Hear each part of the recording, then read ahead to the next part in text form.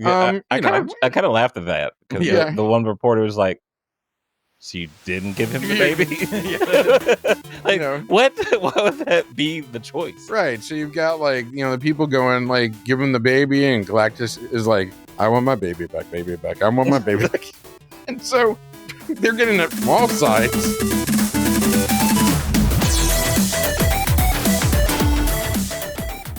In this episode, we might be getting more worked up than Galactus and his baby fever. This is Eat Sleep Nerd, a show where you can check out, go AFK, and relax with us and discuss all things nerd. We are doing our spoiler discussion for the new MCU film, The Fantastic Four First Steps. We're going to be spending hours talking about the story, all of the MCU details that go into this film. So if you have not seen it, you might want to tune away, but then come back and give us a like and watch on this video. Now, if you have not seen this film, you want to know what we thought about it, we have a spoiler-free review up there in the corner and down there in the comments if you want to know what we scored this film. But let's get right into it. I'm your show host, Corey Winter. Joining me here for this discussion, we got a small team today. We got Jason Summer. Harold. Oh, sorry. No, it's fine. Harold. No. It's fine. It's fine. Harold, you're in? Yes, that's where I was going, but whatever. And we got Chris James. So yeah, yet again, we've got a small team here. We just got back from seeing this film in theaters on opening night. So yet again, this is our spoiler discussion. I don't have my spoiler thing pulled up. Let's see if I can get it real quick. Spoilers? Spoiler warning!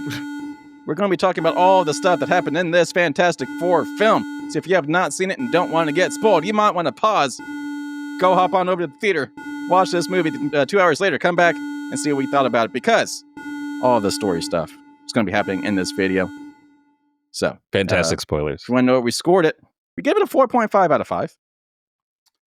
And this Upgraded. is actually, I was going to say, this is actually out of date at this point as of 10 minutes ago. Christian actually is going to give it a 5 out of 5. But Jason and I are at a 4.5 out of 5. Yes, each. Jason. Corey's gone Scottish. But we're going to say that our score is a 4.5 out of 5 because his 5's not going to change it all that much. But yeah, so we loved this film. We did. I wish we had a bigger team here to discuss it because it was fantastic. 4. Probably the best MCU has been since who knows when. We loved Thunderbolts, but since Thunderbolts. Endgame.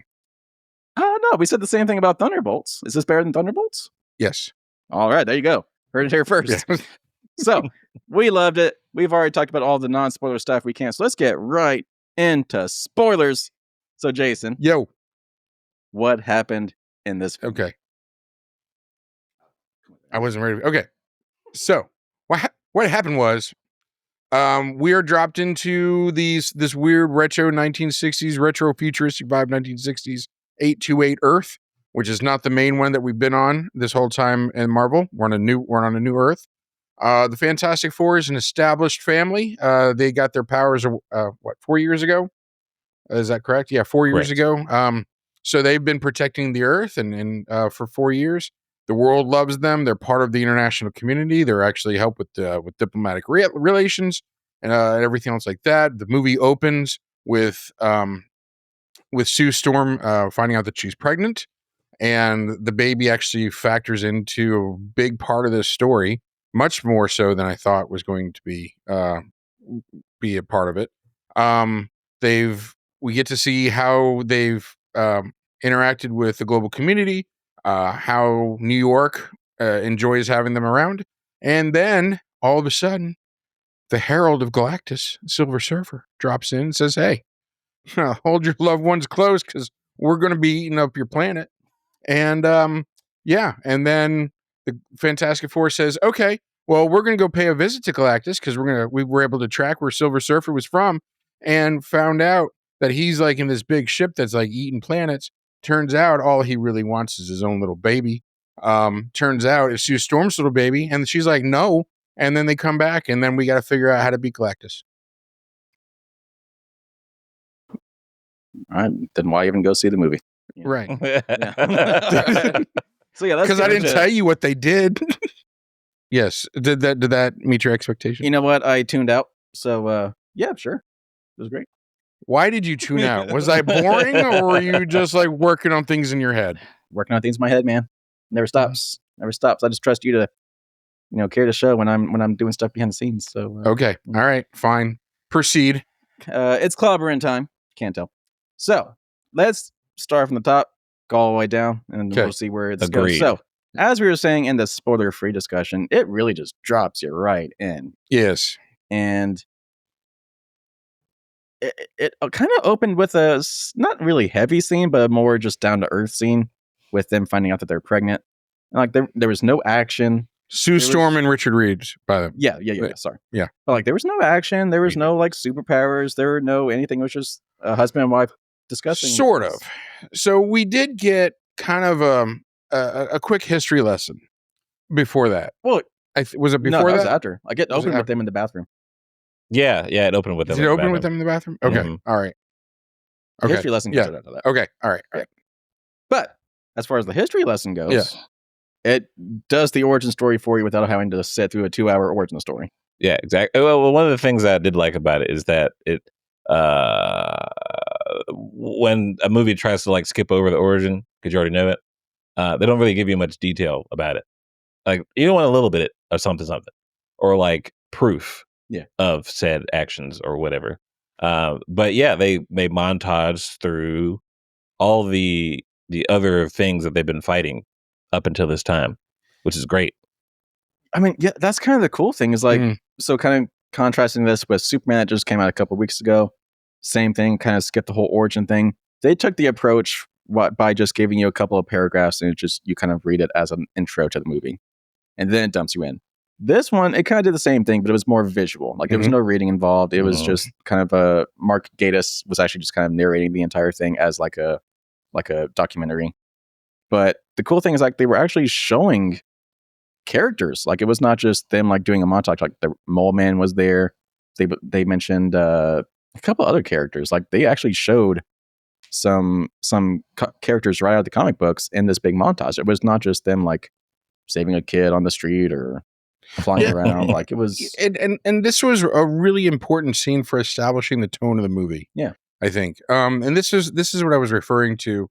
This is also the same scene where I was thinking if I knew the lore better, I would appreciate this scene more. But this felt like Marvel has up until this point wanted to make things, I guess, as realistic as possible with superheroes. Kind of like what would happen if these heroes were in our reality. Yeah. I think this was very much, we're going to bring this comic to life. It felt very comic booky, and they established that. Like you had like these really kind of crazy characters from comics, like the Mole Man and the subterranean, dwellers and all these other characters that are kind of quirky and weird, and were from the 60s comics. Like you could tell it was from the 60s type of thought processes for comics. And I think it really it lent itself to saying this is going to be different than what you're familiar with. Yeah. And like it was characters that would not be good main villains of an entire movie, but it's nice that they're getting some face time. Like they're there to establish the Fantastic Four as a team that has fought all these different people. It was really cool. Yeah. So yeah, Mark Gatiss over there. We skipped something. Did we? The Marvel intro. Yeah. Right. Yet again, kind of missing. Yeah, kind of missing, kind of not. Yeah. Because it was in the tone of the movie. True. Like turning on your favorite show from back in the 60s. I'm not from the 60s, but it wasn't the big Marvel logo coming into frame with all the different clips from all the different movies. It was just kind of like the Marvel logo and the style of the Fantastic Four. It kind of reminded me of Nick at Night. Yeah, a little bit. Like My Three Sons or the Donna Reed Show a little bit. Kind of like those intro cards more than a logo animation. Yeah, that was is real nice. Like it was missing from Captain America. Yeah, missing at from all. Captain America: Brave New World. It was back in Thunderbolts, wasn't it? Yeah, but it turned black. Yeah. So they're kind of flip-flopping, which is bothering me a little bit, but which is cool because it's kind of like it's within theme of the movie.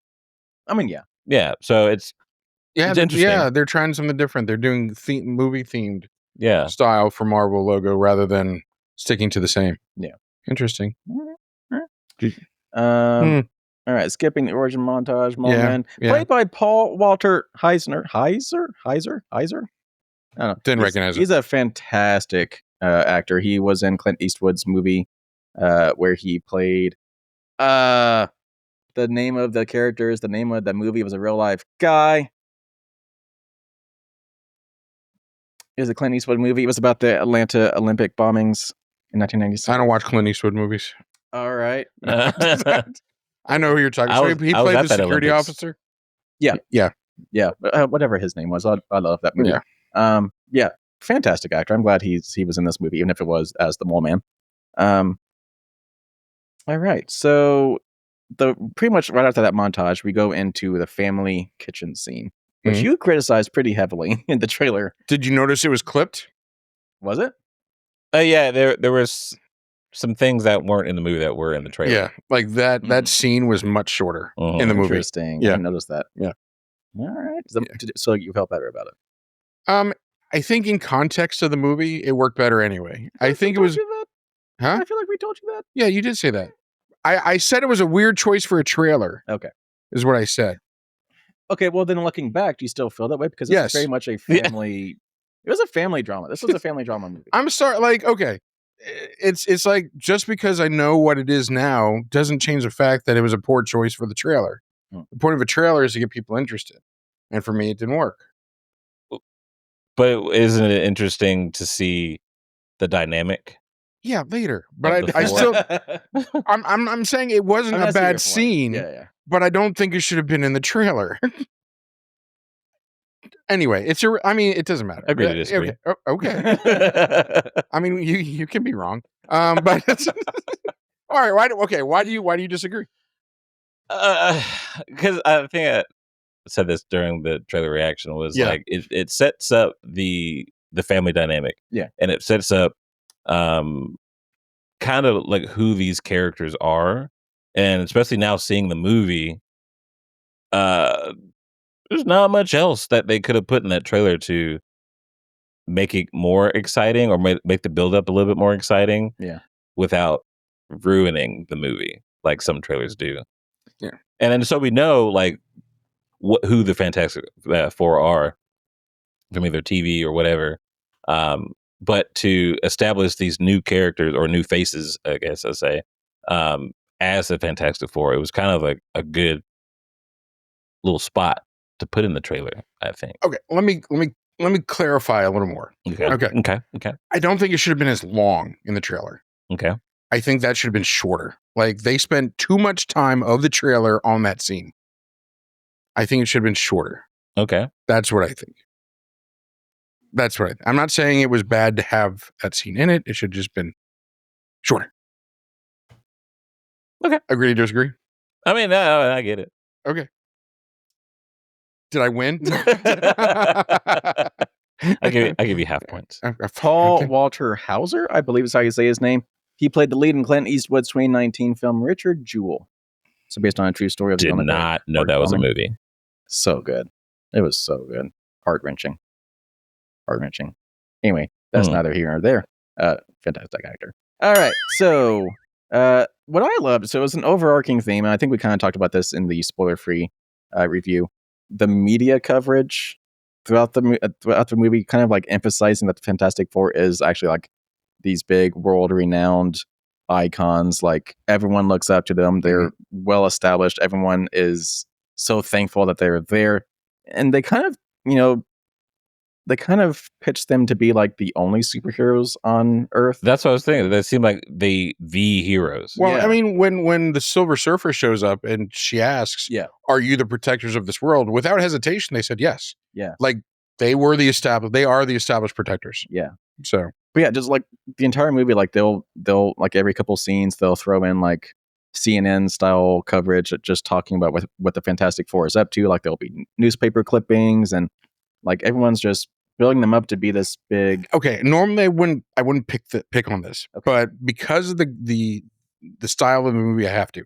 It is not CNN like. It is old TV news style. Yeah, from the 60s. No? Yes? Yeah. Okay. Yeah. Like, for example, one of the things that I noticed is the main person that they used as a TV anchor I think I could be wrong. I think intentionally sounds like Walter Cronkite. Oh yeah. Yeah. Oh, and yeah. I was just like, oh, that's kind of cool. So, but anyway, so Sorry. so it's not just cable news. coverage. No, I think it's in keeping of the theme. It's important. Sure. Yeah. Anyway, because CNN is fake news. I'm just cable news. It's just 24-hour news My in point general. is, I love that the film kept re-emphasizing that they are well regarded on this planet and like everyone loves them. You know, But like in this, it's like they're built up as heroes, but just felt really cool in this context. and you kind of have it feels like a unified world almost. Yeah. Yeah. You know, It was peace. yeah, the conflict was not on Earth. Yeah. Or with Earthlings or with the conflict was galactic. Yeah. Us. And when and then like to your point, when Galactus comes, it was cool because like they showed that the entire world was coming together to solve the problem. Right, like COVID vaccine. Just kidding. Well, Gotta cut that. all right. So anyway, moving on. Well, it's not a criticism, but it's definitely something that was just like, well, I'm glad that worked out. With the whole, she went to the UN style thing, which is like, hey, we need you to turn off all your lights. Right? Oh, it was actually Reed. He was like, yeah, turn off your lights. Cool. Yeah. And it was like, everyone's like, oh, okay, cool. Well, see, I think it kind of is demonstrating that in this alternate universe, people just care. Yeah. Like, which is very interesting. Yeah. And like the fact that they see them as such, like Reed Richards said it. Yeah. Cool. Yeah. I'm down. Yeah. Right. There's respect. Yeah. They did have to contend with the fact that Galactus wants the kid. He wants the baby. And being honest, and they of course said no, you can't have it. And so Galactus is like, fine, I'm going to destroy your Earth. And he wants the baby instead of destroying the Earth, and they're like, no. So when they came back from dealing with Galactus and finding this information, the people around the world were like, well, what are you guys going to do? And they're like, well, he wants our baby, and we said no, so he's going to come destroy the Earth. And they're upset. Why would he be honest in that situation? I mean, they don't know what happened. He could have said, "Oh, he was really strong. We'll try again." Yeah. Because I don't think he's an honest guy. But I don't think he's a deceptive person. Sure, I think he kind of leads with be honest. Yeah, and that's just how he is in this movie. And he doesn't know how else to be. Sure. Yeah. I'm just saying. Yeah, and so of course people were like, you're gonna not give him the baby and we're gonna let them destroy the Earth? That seems a little selfish. Yeah, I kind of lauged at that because the one reporter was like, so you didn't give him the baby? What? Why would that be the choice? Right. So you've got the people going like, give him the baby, and Galactus is like, I want my baby back, I want my baby back. And so they're getting it from all sides. Sorry. Well, thank you for giving us the intro. It's just anyway. So let's back up just a little bit. So, we found out that Silver Surfer was heralding Galactus's upcoming arrival, and she was very kind about it.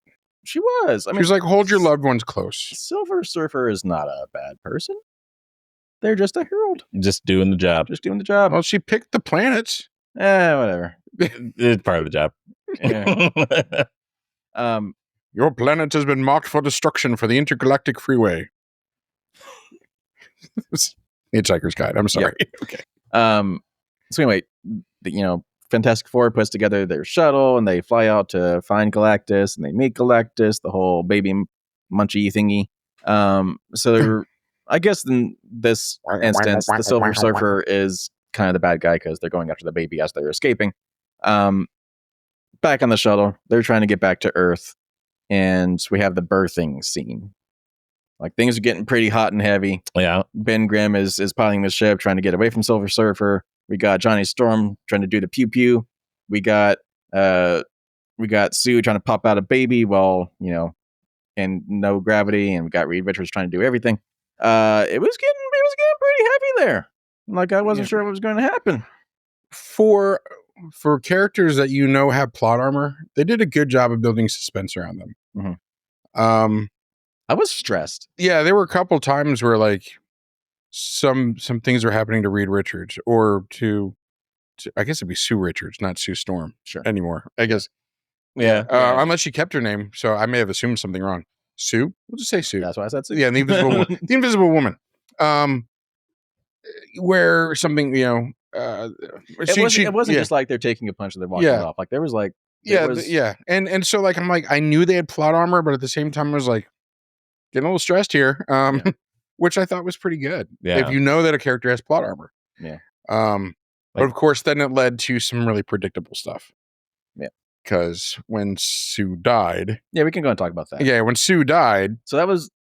Yeah, so that was one of the predictable scenes. That entire ending thing, like how they got rid of Galactus, predictable. Like he's going to claw back through the thing, and then that surprised me actually. I didn't think Silver Surfer was going to be the one to kick him back in, but I knew he was going to claw back his way through. It felt like it was too easy to get him into the hole. Can we talk about that? Yeah. Since we're here now.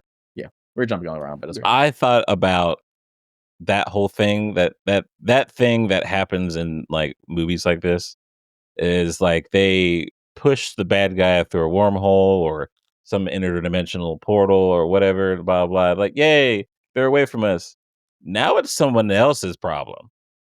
Thanks. One problem at a time, Christian. They never really think about what's on the other side of this wormhole. I feel like Reed Richards probably did some calculations to decide that there was nothing there. I feel like he mentioned that he was going to be like millions of years away or something, right? So like, I mean, yeah, edge of the universe. But that's also assuming that he needs his ship. Yeah, because he's Galactus. True. But I thought that was funny. Yeah.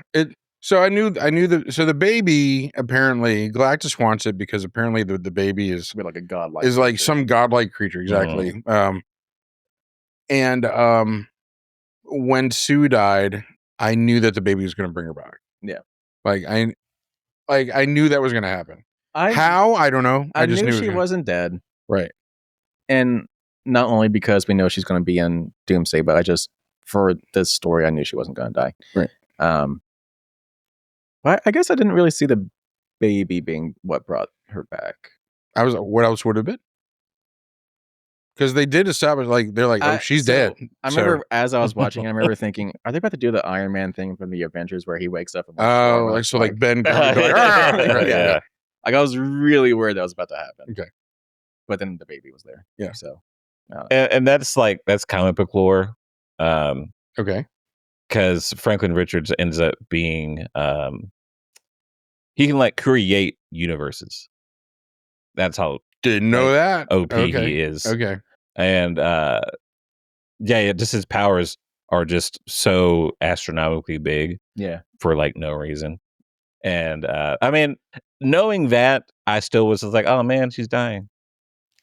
I thought they could. I thought they were going to follow through with it. Right, because I mean, like, do you feel they didn't stick the landing? I do. Okay. Like I saw that they weren't going to, but I thought they might. I was a little disappointed. Okay. I think that was probably my biggest disappointment. Now you know how I felt about Peter Parker. Yeah. Okay. That is exactly okay.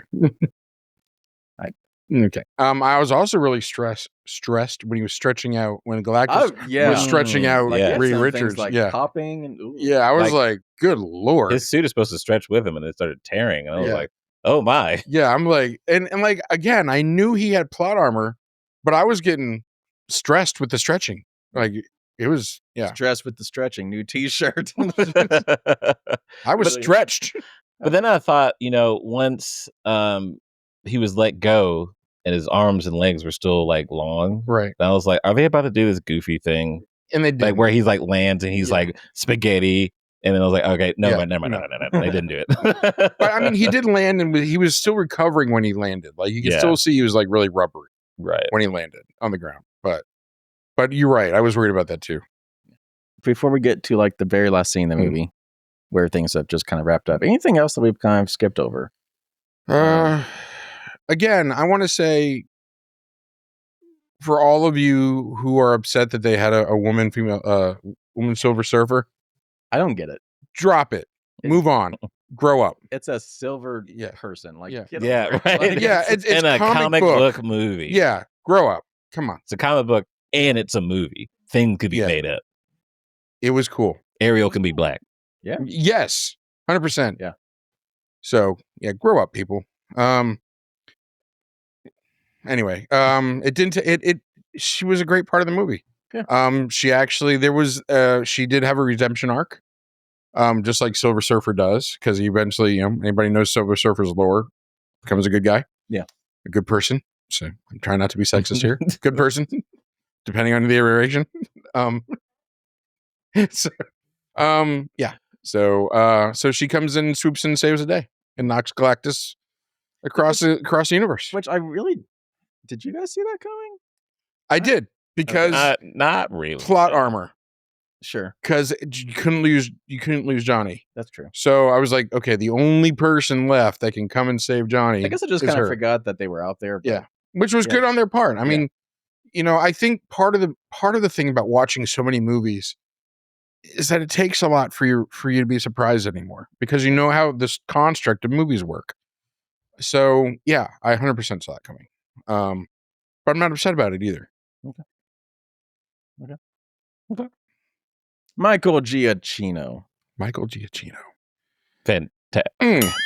What's a synonym? Other than fantastic? Yeah. Amazing. Spectacular. Yeah.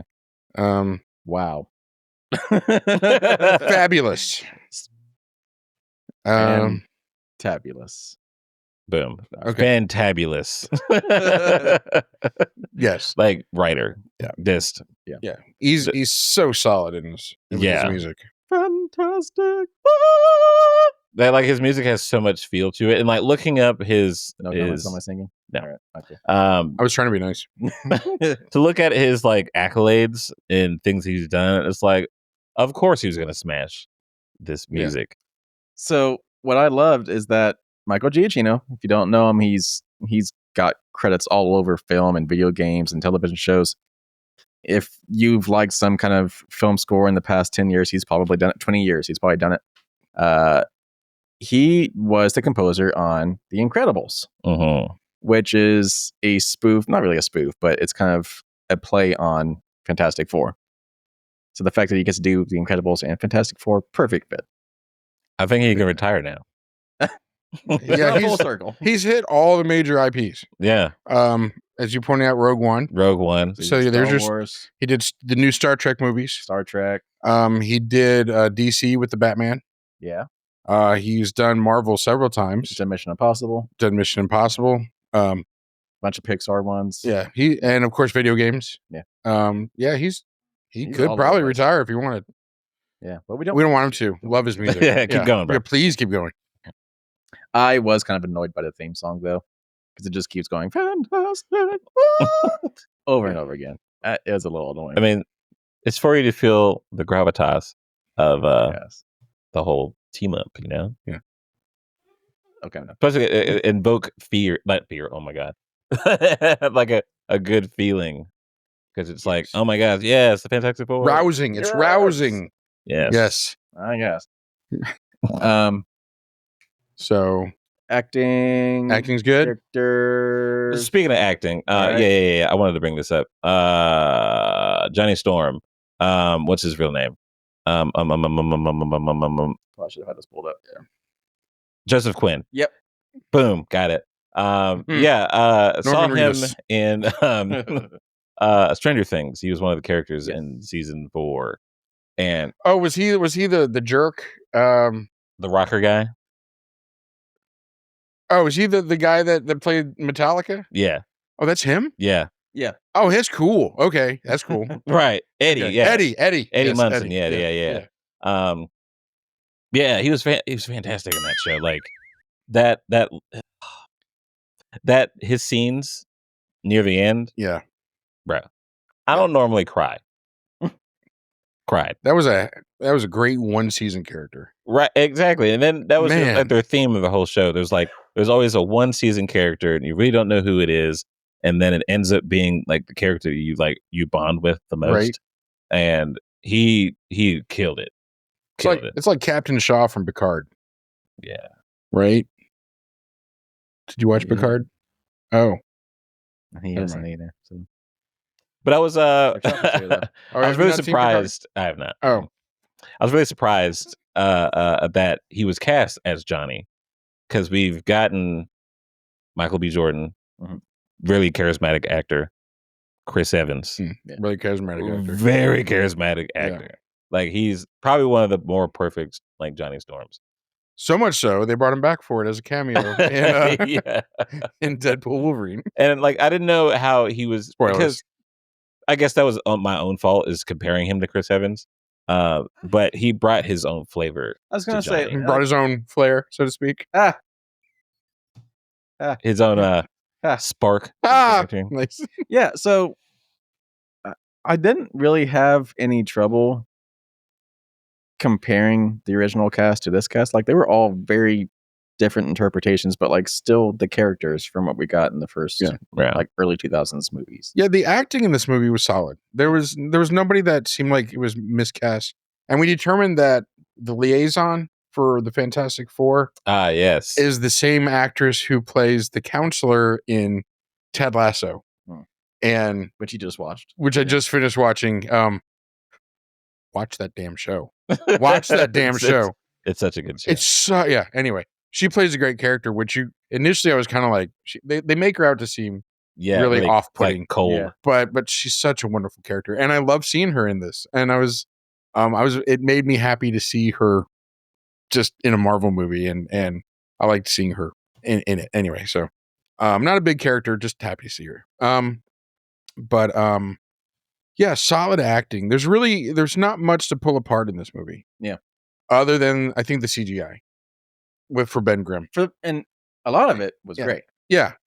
But yeah. But when it was bad, it was bad. Yeah. You know, I mean, to be honest, Ben Grimm was obviously it was because he had to be so front and center as one of the main characters. Mm-hmm. When it was bad, it stands out as being right.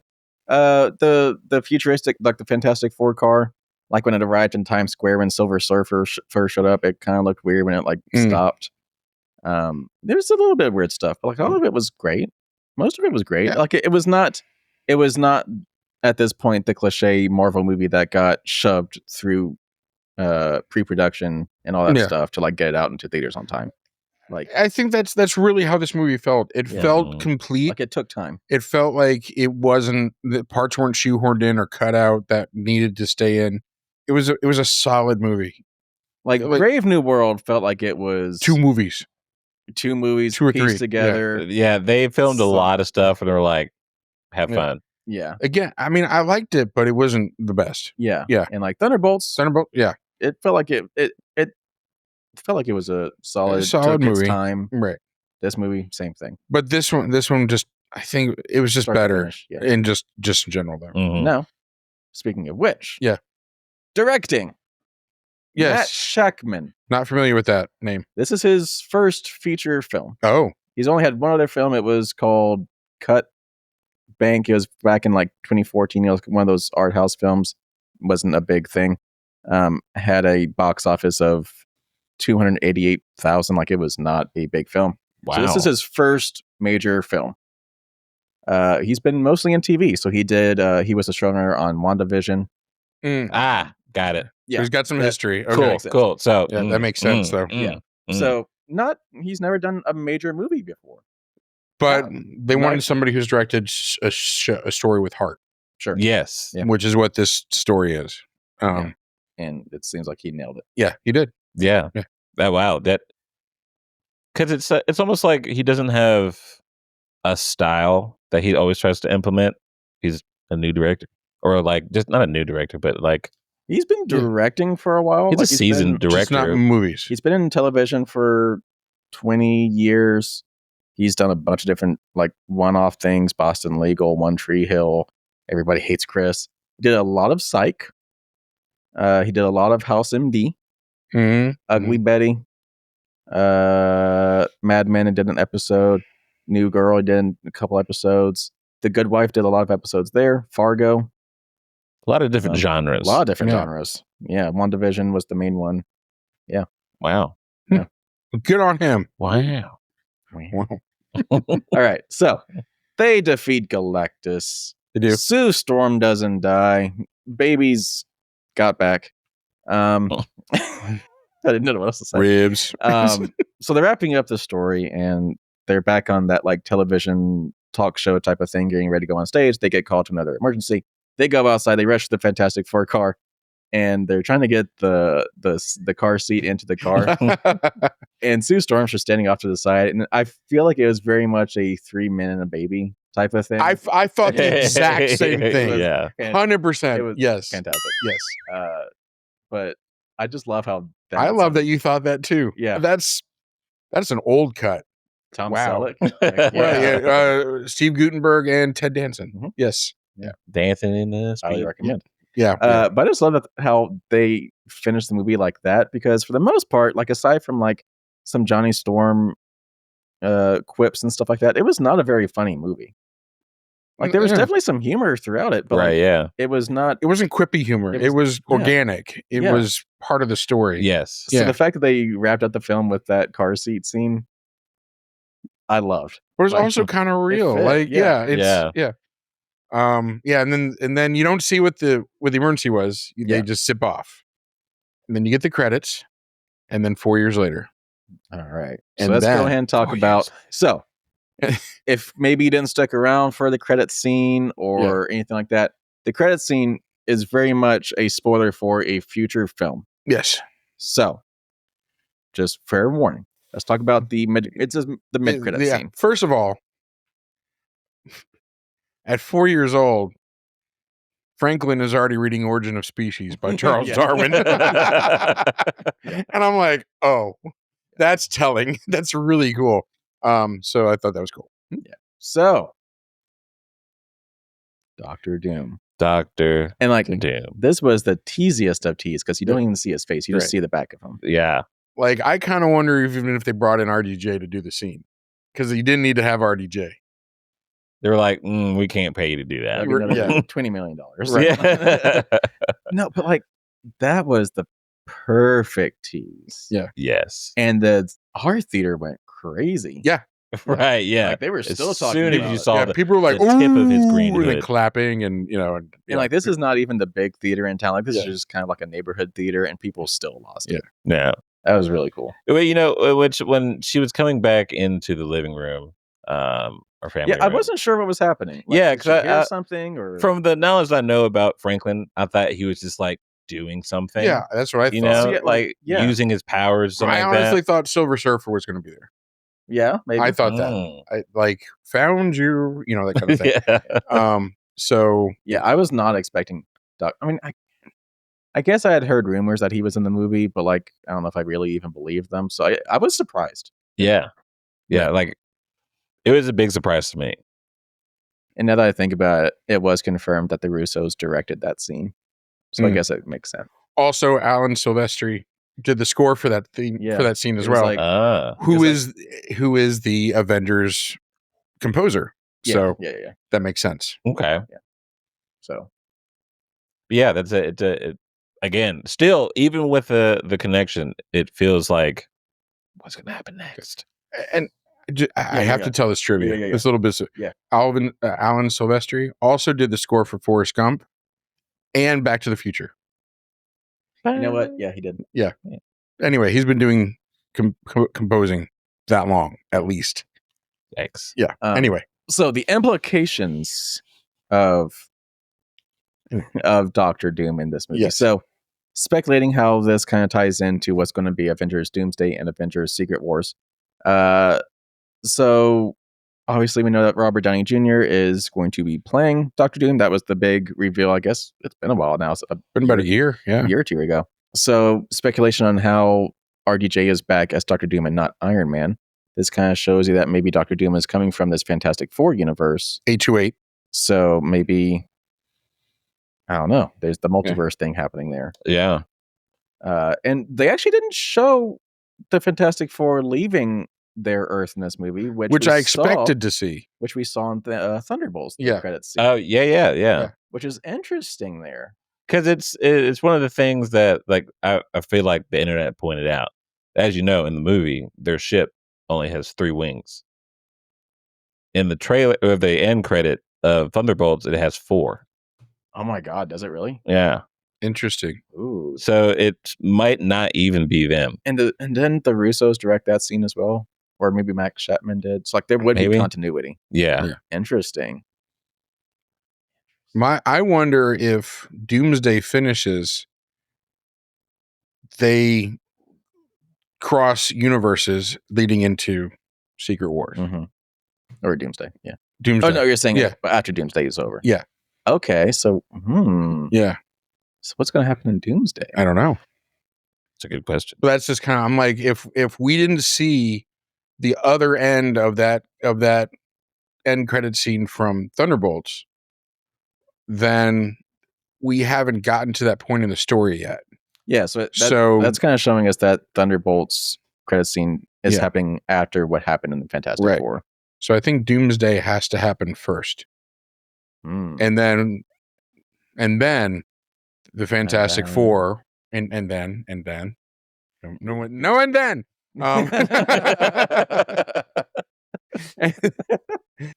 and after that, they cross universes into the 616 universe. Interesting. I can see it going a couple of ways. Because like maybe the events of Fantastic Four would happen first. I don't know. It's weird. Yeah. It's weird. I don't know. But I love it. Yeah. I love it. So, because it's not just like, I think it's kind of showing us that Doctor Doom's RDJ is not just going to be Iron Man resurrected. Like it's there's something else happening there. He's going to be a problem. Yeah, probably. Well, with a name like Doctor Doom, and he's not going to be on a Wheaties box anytime soon. And now it kind of seems like Doctor Doom's going to have a god baby. Maybe. Because aren't they friends? Victor Von Doom and Richard Reed Richards. Thank you. Oh, I was just saying I think he's kidnapping the kid, but no, I mean, aren't they supposed to be friends? I don't know. I don't really know in the lore. I don't know. I think in the first movie they were kind of colleagues. Yeah, but I mean, in the comics, are they colleagues? Yeah, I don't know. Anyway, I never read the comics. I don't know. Let us know. That's what comments are for. Comments, yes. Tell us how horrible we are. And don't do that. We're not Fantastic Four fans. We're MCU fans. So we haven't really read a lot of the comics. It seems like Christian has a little bit more backstory than we do. But hey, a little bit. We're trying. We're just here to enjoy this stuff. We're having fun. Let us have our fun. Jeez. Yeah. And yet again, if there's something we said wrong or there's something you want to inform us on, do it nicely and do it in the comments down below. We'll reply to you if you're nice. We'll ban you if you're not. Yeah. Yeah. Or we can get into a catty argument. Yeah. Oh, that's always fun. All right. So I think I've hit all my bullet points. Anything that we haven't touched on? Any final thoughts? Yeah, that was the Galactus end scene. And then, that was it. All right. Thanks. Yeah. Yeah, that's I think it's been a good month for movies. It has. I think between Superman and Fantastic Four, I think we've had some really strong entries into both the DC and the Marvel universes. Yeah. You should treat yourself to both. Go see it in the theaters. And sit back and enjoy them. And I will say, so there's been a lot of talk the past couple of years that comic book movies are dead. I wholeheartedly disagree. I definitely think Marvel and DC went through a rough period where they were just kind of pumping out some crap because we were going to go see it. But I think they're rewarding our commitment to seeing them. Like they're actually putting out quality stuff now. So I think it's time for us to return the favor. Go support them. Go see these movies in theaters. If you go support them, we'll continue to get more good movies. Stop just trash talking them on socials. Actually go see them. Bring back Chloe Zhao. Eternals was great. Well, okay. Yep. Kind of walked all over my thing there, but all right. All right. So Yeah, that was our this wraps up our big month of movies here on Eat, Sleep, Nerd. We have done like 4 straight weeks of just movie discussions here. Right? I think it's time. Between that and Strange New Worlds and... Yeah. So all of that movie stuff out of the way. We're going to be getting back into some other episodes. We got some more game shows coming up. We're going to get back into the nerdy news of stuff. We might still be going to see some other movies coming out maybe in August. We got Naked Gun coming out soon. Heck yeah. Heck yeah. Heck yeah. No? All right, buddy? All right. Nobody? I mean, I'll go see it. All right. I mean, yeah, I'll be there. All right. Yeah. So. We got some more Star Trek Strange New Worlds reaction videos coming out soon. Unfortunately, we couldn't do this past weeks, but we'll be getting back into it as the rest of season 3 airs. We have some other stuff coming out. We got a bunch of cool stuff happening. Yeah. Big stuff. Big stuff. Can I pet that dog? Well, thank you for tuning in. If you have not already, please subscribe to our YouTube channel, youtube.com/@EatSleepNerd. Like this video if you have not already. Leave some comments down below yet again. If you want to chime in on the conversation, please do that down below. Spoilers are welcome. And if you have not already, please share us over on socials. That goes a long way into supporting this channel. And hey, anytime we're doing an in-person event, such as this past week's Midsummer Market here in Huntsville, come out and say hi. We love to see all of our followers in person. Nice Crips high fives go all around. We have these nice wristbands we can hand out to you, some stickers. We got some cool stuff for you. So we love to have the support, and we love your continued support here on YouTube. And you can also find us on the go.